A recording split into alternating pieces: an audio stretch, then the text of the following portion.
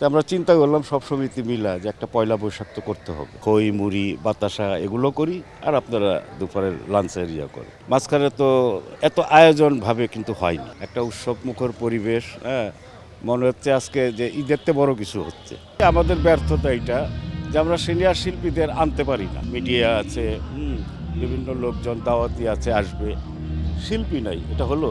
আমরা কিন্তু রাজ্জাক ভাইয়ের মানে একটা ছায়া কিন্তু বাপ্পা ভাইয়ের মধ্যে পেয়েছি। আমরা চিন্তা করলাম সব সমিতি মিলা যে একটা পয়লা বৈশাখ তো করতে হবে, পরিচালক সমিতি, শিল্পী সমিতি সবাই আমরা দাওয়াত করলাম যে আমরা একসাথেই করি। খাওয়া দাওয়া আমাদের এখানে সবাই। পরিচালক সমিতির সাবেক মহাসচিব শাহিন সুমনও বলল যে তাহলে আমার পরিচালক সমিতিতে আমরা ওই খই মুড়ি বাতাসা এগুলো করি আর আপনারা দুপুরের লাঞ্চের করেন। এইভাবেই সবাই মিলেই হয়েছে। বহুদিন পর মানে এই ধরনের পয়লা বৈশাখ, মানে আমি তো অনেক দিন যাবৎ মাঝখানে তো এত আয়োজন ভাবে কিন্তু হয়নি। তো এবার করতে পারছি বিধায় খুবই ভালো লাগতেছে এবং সবাই আনন্দ, একটা উৎসব মুখর পরিবেশ। হ্যাঁ, মনে হচ্ছে আজকে যে ঈদেরতে বড় কিছু হচ্ছে, ভাল লাগছে আর কি। আমরা যারা রেগুলার আসি আমাদের ব্যর্থতা এটা যে আমরা সিনিয়র শিল্পীদের আনতে পারি না। এইবার আমরা পুরো ডিটারমাইন্ড যে দরকার পড়লে বাড়িতে যায় আমরা তাদেরকে রিকোয়েস্ট করে আনতে হবে। একটা পয়লা বৈশাখ অনুষ্ঠান করব, অনেকে আছে,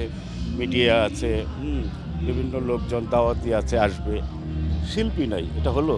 এভাবে তারাও বুঝতে পারছে আর তাদেরও অনেকে অনেক সময় এইভাবে হয়তো আনতে পারে না। আমি আগে বলছি এটা আমাদের ব্যর্থতা।